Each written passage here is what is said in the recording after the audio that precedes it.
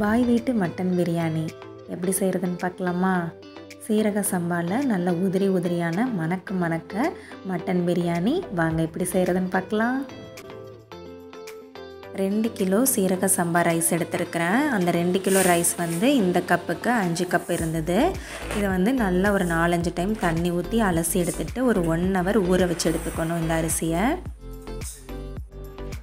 இப்போ நம்ம 2 kilo mutton biryani தான் செய்ய போகிறோம். அதுக்கு 3/4 கிலோ பெரிய வெங்காயம், 1/2 கிலோ தக்காளி, 2 லெமன், ஒரு 10 பச்சை மிளகாய், ஒரு கைப்பிடி புதினா, ஒரு கைப்பிடி கொத்தமல்லி இலை. இஞ்சி பூண்டு பேஸ்ட் எப்படி அரைக்கணும்னா 200 கிராம் பூண்டு, 100 கிராம் இஞ்சி, இதை பேஸ்ட் பண்ணி எடுத்துக்கணும். பட்டை, கிராம்பு, ஏலக்காய் 3 சேர்த்து அரைச்ச பவுடர் இது. அதோட மெஷர்மெண்ட் நான் பின்னாடி சொல்கிறேன். இப்போ மட்டன் 2 கேஜி எடுத்துருக்கிறேன். இது கூட 1 ஸ்பூன் இஞ்சி பூண்டு பேஸ்ட்டு, கொஞ்சம் கல்லுப்பு, 1 ஸ்பூன் மிளகாய்த்தூள், கொஞ்சமாக மஞ்சத்தூள் சேர்த்துட்டு தேவையான அளவு தண்ணி ஊற்றி இதை 3/4 பதம் வேக வச்சு எடுத்துக்கணும். மட்டன் ஃபுல்லாக வெந்துடக்கூடாது, ஒரு 3/4 பதம் வேக வச்சு எடுத்துக்கணும். இப்போ 2 கிலோ பிரியாணி செய்கிற அளவுக்கு தேவையான பாத்திரத்தை எடுத்துக்கணும். இப்போ நெய், தேங்காய் எண்ணெய் தான் நான் சேர்க்க போகிறேன். நான் ரீஃபைண்ட் ஆயில் சேர்க்க மாட்டேன். நெய்யும் தேங்காய் எண்ணெயும் சேரும் போது அதோட ஸ்மெல், அந்த பிரியாணி ஸ்மெல் சூப்பராக இருக்கும். நல்லா செக்கு தேங்காய் எண்ணெய் தான் யூஸ் பண்ணணும். நார்மலாக பேக்கில் வர தேங்காய் எண்ணெய் வேண்டாம், அது எசன்ஸ் கலந்துருப்பாங்க. நல்லா செக் ஆயில் எடுத்துக்கோங்க. இப்போது 6 ஏலக்காய் சேர்த்துட்டு அது நல்லா பொரிஞ்சதுக்கப்புறம் 3/4 கிலோ வெங்காயம் கட் பண்ணி எடுத்துருக்கோம். அதையும் சேர்த்துட்டு நல்லா பொன்னிறமாக வதக்கி எடுத்துக்கணும். இது நல்லா வதங்கினதுக்கப்புறம் பச்சை மிளகாய் சேர்க்கணும். பச்சை மிளகாய் சேர்த்ததுக்கப்புறம் இஞ்சி பூண்டு சேர்க்கணும். இஞ்சி பூண்டு ஸ்பூன் மெஷர்மெண்ட் எப்படின்னா 1 கேஜிக்கு நான் 3 ஸ்பூன் இதில் ஆட் பண்ணியிருக்கிறேன். இப்போ வெங்காயம்லாம் நல்லா வதங்கினதுக்கப்புறம் தான் இஞ்சி பூண்டு சேர்க்கணும். இப்போ நீங்கள் இஞ்சி பூண்டு பேஸ்ட் ஆல்ரெடி எப்போதுமே அரைச்சி வச்சுருப்பீங்க அப்படின்னா இந்த ஸ்பூனில் 1 கேஜிக்கு 3 ஸ்பூன் ஆட் பண்ணிக்கோங்க. அப்போ 2 கேஜிக்கு நான் 6 ஸ்பூன் இதில் ஆட் பண்ணுறேன். இந்த இஞ்சி பூண்டு பேஸ்ட்டை நல்லா இந்த எண்ணெயிலே நல்லா வதங்கிடணும். நல்லா வெந்ததுக்கப்புறம் தான் நம்ம அடுத்த ஒரு பொருளாக இதில் ஆட் பண்ணணும். இப்போ நல்லா இஞ்சி பூண்டு வதங்கிருச்சு. இப்போ 1 கைப்பிடி புதினா, 1 கைப்பிடி கொத்தமல்லி இலை ஆட் பண்ணுறேன். இதையும் நல்லா இது கூட நல்லா வதக்கி எடுத்துக்கணும். இப்போ இதுக்கு தேவையான அளவு உப்பு.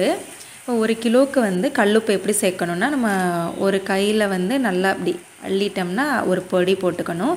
இப்போ 2 கிலோவுக்கு நான் 2 கைப்பிடி சேர்க்குறேன். நான் மட்டன்லேயும் கொஞ்சம் உப்பு சேர்த்துருக்கேன், அதனால் கொஞ்சம் கம்மியாக தான் இதில் சேர்க்குறேன். பட்டை கிராம்பு தூள் எப்படின்னா இப்போ நான் பட்டை கிராம்பு மொத்தமாகவே அரைச்சி வச்சுக்குவேன். 100 கிராம் பட்டை, கிராம்பு 50 கிராம், 25 கிராம் ஏலக்காய், இது எல்லாத்தையுமே சேர்த்துட்டு நான் ஒன்றா அரைச்சி வச்சுக்குவேன். அப்போ பிரியாணி செய்யும் போதெல்லாம் நான் ஸ்பூன் மெஷர்மெண்ட்டில் தான் இதில் யூஸ் பண்ணுவேன்.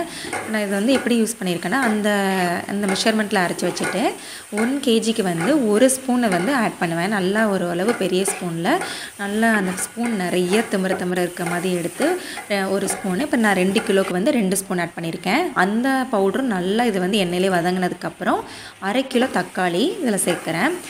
இந்த பிரியாணிக்கு தேவையான மிளகாய் தூள் தக்காளி சேர்த்ததுக்கப்புறம் நம்ம சேர்த்துக்கலாம். 1 கிலோவுக்கு 1 ஸ்பூன், இந்த ஸ்பூன் நிறைய அள்ளி போடணுங்க. 2 கிலோவுக்கு 2 ஸ்பூன் சேர்த்துருக்குறேன். இதையும் நல்லா இது கூட வதக்கிட்டு தக்காளி, மிளகாய் தூள் நல்லா வதங்கிடணுங்க. வதங்கினதுக்கப்புறம் தான் நம்ம அடுத்த பொருள் இதில் சேர்க்கணும்.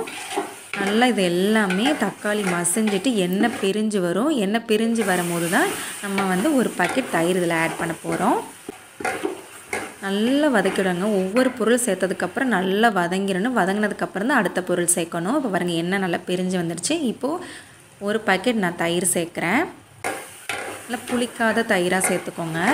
1 பாக்கெட் தயிர் சேர்த்துட்டு இதையும் நல்லா இது கூட மிக்ஸ் பண்ணி விட்ருங்க. இது எல்லாமே நல்லா வதங்கி நல்லா பிரண்டு வரும், நல்ல ஒரு ஸ்மெல் வரும். அதுக்கப்புறம் நம்ம மட்டன் ஆட் பண்ண போகிறோம். தனியாக வேக வச்சுருக்கோம்ல மட்டன், அந்த மட்டனை மட்டும் எடுத்து தண்ணி இப்போ சேர்க்க வேண்டாம், வெறும் மட்டனை மட்டும் ஃபில்ட்ரு பண்ணி எடுத்துகிட்டு அதை இது கூட சேர்த்துட்டு நல்லா இந்த மசாலா கூட நல்லா பிரண்டு வரணுங்க. இந்த மசாலாலாம் இந்த மட்டன் கூட நல்லா ஊறி வரணும்.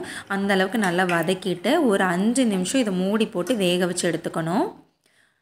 நல்லா ஃப்ளேம் ரொம்ப லோவாக வச்சுக்கோங்க, பிடிச்சிடாமல் இருக்கணும். இது நல்லா வேக வச்சு எடுத்துக்கோங்க. இந்த வீடியோ கொஞ்சம் லென்த்தாக எடுத்துருக்குறேங்க. ஒவ்வொரு ஸ்டெப்பையும் உங்ககிட்ட காமிக்கணுங்கிறதுக்காக கொஞ்சம் லென்த்தாக போகும், சாரி. இது வந்து ஏற்கனவே வேக வச்ச மட்டன் தான். ஒரு 3/4 பதம் நல்லா வெந்துருச்சு. இந்த மசாலா கூட மட்டும் ஒரு 5 நிமிஷம் வெந்தால் போதும். நல்லா பரட்டி விட்டு மூடி போட்டுருங்க. 5 நிமிஷத்துக்கு அப்புறம் நல்லா மட்டனும் இந்த மசாலாவும் நல்லா வெந்து வந்துருச்சு. இப்போ வந்து இதுக்கு தேவையான அளவு நம்ம தண்ணி சேர்க்கலாம். அதாவது நம்ம மட்டன் வேக வச்ச தண்ணியும் இந்த மெஷர்மெண்ட்டோடு நம்ம சேர்த்துக்கணும். அதாவது எப்படின்னா 1 கப் ரைஸுக்கு 2 கப் தண்ணி. நான் வந்து 5 கப் ரைஸ் சேர்த்தேன். மொத்தமாக 10 கப் தண்ணி வந்து நம்ம ஆட் பண்ணணும். அந்த 10 கப் தண்ணியும் இந்த கறி வேக வச்ச தண்ணி இருக்குல்ல அதோட சேர்த்தது வந்து 2 கப் இருந்துச்சு இந்த கறி வேக வச்ச தண்ணி. அது கூட நான் 8 கப் தண்ணி ஆட் பண்ணிக்கிட்டேன். மொத்தமாக 10 கப் தண்ணி சேர்த்துட்டு நல்லா கொதிச்சதுக்கப்புறம் தான் அரிசி ஊற வச்சுருந்தோம்ல அதில் கொஞ்சம் கூட தண்ணி இருக்கக்கூடாது. நல்லா வடித்து எடுத்துட்டு நல்லா இந்த தண்ணி கொதிச்சதுக்கப்புறம் தான் நம்ம அந்த அரிசியை சேர்க்கணும். சீரக சம்பா ரைஸ் வந்து நம்ம வந்து 1 மணி நேரம் ஊற வச்சு எடுத்துருக்கோம். கொஞ்சம் கூட தண்ணி இல்லாமல் வடித்து எடுத்துக்கணும். இப்போது இந்த மசாலா வந்து பிரியாணி மசாலா வந்து நல்லா கொதிச்சதுக்கப்புறம் தான் இந்த அரிசியை நம்ம சேர்க்கணும். அரிசி சேர்த்துட்டு அப்பப்போ இடையில கிளறி விடுங்க, இல்லைன்னா அடி பிடிச்சிரும். பக்கத்துலேயே நின்றுட்டு நல்லா ஃப்ளேம் வந்து கொஞ்சம் ஹையில் வச்சுட்டு அப்பப்போ கிளறி விட்டே இருங்க. இந்த தண்ணி எல்லாமே கொஞ்சம் கொஞ்சமாக கம்மியாகி லைட்டாக தண்ணி பிறண்டு வரும். அப்போ வந்து நம்ம 2 லெமன் எடுத்து வச்சுருக்கோம். அந்த 2 லெமனோட ஜூஸ் வந்து இது கூட சேர்க்கணும். தண்ணிலாம் ஒரு ஃபுல்லாகவே வற்றிடணுங்க. கொஞ்சம் மட்டும்தான் தண்ணி இருக்கும், நல்லா பிறண்ட மாதிரி இருக்கும். அப்போ தான் லெமன் ஆட் பண்ணணும். லெமன் எதுக்கு சேர்க்குறோன்னா அந்த லைட்டாக ஒரு புளிப்பு டேஸ்ட்டு கொடுக்கும். ரைஸ் வந்து ஒன்றோட ஒட்டாமல் நல்லா உதிரி உதிரியாக வரும். 1 கிலோவுக்கு 1 லெமன். நம்ம 2 கிலோ ரைஸ் செஞ்சுருக்கோம். 2 லெமன் சேர்த்துருக்கேன். அந்த 2 லெமனோட ஜூஸையும் சேர்த்துட்டு இந்த அளவுக்கு தண்ணி இருந்தால் போதும். இப்போ இந்த லெமன் சேர்த்துட்டு நல்லா இது வந்து பிரட்டி விட்டுருங்க. பிரட்டிட்டு நம்ம வந்து தம் போட வேண்டியதான்.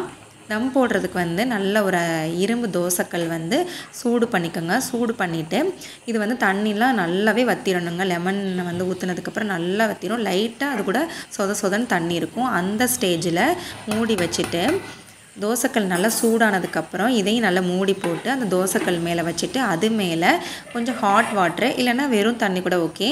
ஆனால் நல்லா பெரிய பாத்திரத்தில் தண்ணி வச்சு அது மூடி மேலே வச்சிடணுங்க. இந்த மாதிரி ஒரு 1/2 ஹவருக்கு தம் போட்டுருங்க. 1/2 ஹவருக்கு வந்து திறக்க வேண்டாம். இடையில வந்து ஒரு 10 நிமிஷத்துக்கு அப்புறம் ஒரே ஒரு தடவை மட்டும் ஓப்பன் பண்ணி நல்லா பிரட்டி விட்டுருங்க. சாப்பாடை பிரட்டி விட்டுட்டு அதுக்கப்புறம் வந்து 20 மினிட்ஸ் வந்து திறக்க வேண்டாம், அப்படி மூடி வச்சுருங்க. 20 மினிட்ஸ்க்கு அப்புறம் நல்ல உதிரியான சூப்பரான பிரியாணி கிடச்சிருங்க. இதே மாதிரி தான் இதே மெத்தடில் நீங்களும் ட்ரை பண்ணி பாருங்கள். ஒவ்வொரு ஸ்டெப்பையும் உங்ககிட்ட நான் காமிச்சிருக்கிறேன்.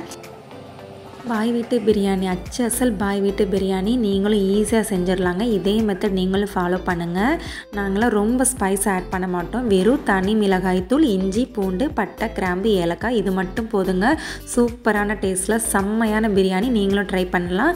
இந்த வீடியோ உங்களுக்கு பிடிச்சிருந்துச்சுன்னா லைக் பண்ணுங்கள், ஷேர் பண்ணுங்கள், மறக்காமல் சப்ஸ்கிரைப் பண்ணிடுங்க. தேங்க்ஸ் ஃபார் வாட்சிங்.